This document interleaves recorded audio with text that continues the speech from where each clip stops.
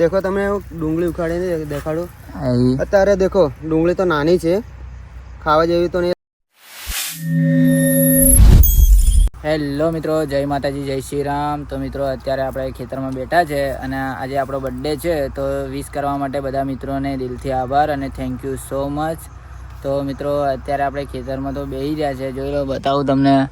એ રહ્યું સામે આપણું ઘર દેખાય છે અને આ છે બધી મિત્રો ડુંગળી કરેલી છે અને આપણો ભાઈ જોડ બેઠો છે જે આજે હૈદરાબાદથી આવ્યો છે મિત્રો।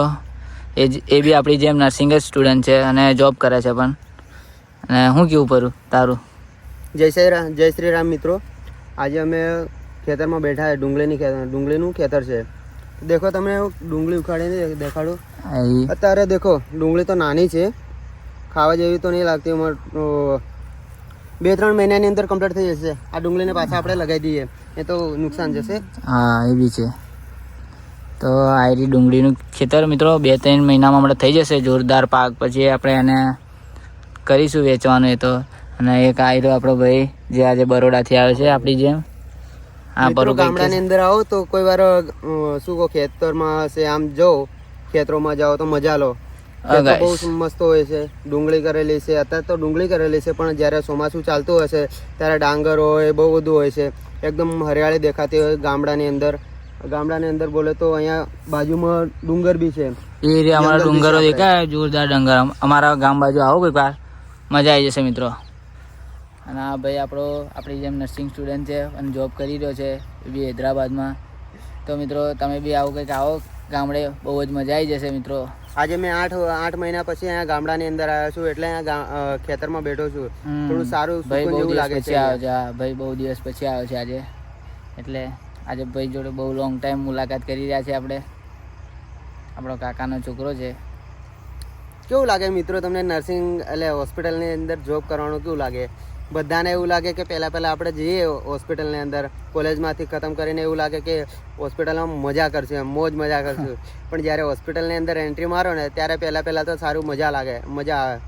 પણ પછી 1-2 મહિનો થઈ જાય તો એવું લાગે કે સારું નર્સિંગ કેમ લીધું એમ। પણ તમે શું કહો, તમે હોસ્પિટલની અંદર ડ્યુટી કરતા હોય ત્યારે દિલથી કામ કરો ને તો તમને મજા આવે। જો દિલથી કામ ના કરતો હોય ને તેવું લાગે ખાલી ખોટું અમે નર્સિંગ લીધું, કંઈક બીજું કરતા તો બહુ મજા આવતી। પણ જે લોકો અત્યારે બીજી કોલેજ કરે છે, આ બધું કરે છે, એ લોકો નોકરી કરે છે, એ લોકોને બી પૂછી જોજો કેવી મજા આવશે જોબ કરવાની। બધાને સેમ જ મજા આવતી હશે કે બોરિંગ જ લાગતી હશે લાઈફ। પણ દિલથી જો તમે કામ કરતા હશો દિલથી, તો તમને હર કોઈ જોબની અંદર મજા આવશે। એટલે મારું એટલું કહેવાનું છે તમને ખાલી કે જે બી કામ કરો, કોઈ બી હોસ્પિટલમાં કામ કરો કે કંપનીની અંદર કામ કરો, ગમે એ કામ કરતા હશો પણ દિલથી કામ કરો, બસ એ કામ કરવામાં મજા આવી જાય।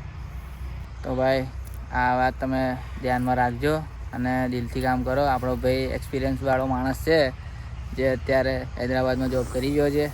હૈદરાબાદની અંદર બી જોબ કરવી બહુ મુશ્કેલ છે, બટ અત્યારે સર્વાઈવ થાય છે એટલે વાંધો નહીં। પહેલા 2 મહિના તો બહુ હાર્ડ જ લાગ્યું। પૈસા કમાવા માટે કંઈ બી કરવું પડે, બધું છોડવું પડે। પૈસા કમાવા તો ઘર બહારથી દૂર જ રહેવું પડે અને પૈસા આગળ કશાની વેલ્યુ છે નહીં, એટલે આપણે લાગી જ જવું પૈસા કમાવા। શું કેવું મિત્રો, તમે બી જે જોબ કરતા એ બી તમારે શું કેવું એ મિત્રો કમેન્ટમાં જણાવી દેજો। તમારે શું કેવું આ વિશે તો એ કમેન્ટમાં લખી નાખજો અને આ વિડીયોને બધા લોકો જોડે પહોંચાડી દેજો, તો બધાને ખબર પડે કે આપણે શું કરવું શું નહીં। એ તો મિત્રો મળીએ બીજા વ્લોગમાં। ઓકે બાય, જય શ્રી રામ મિત્રો।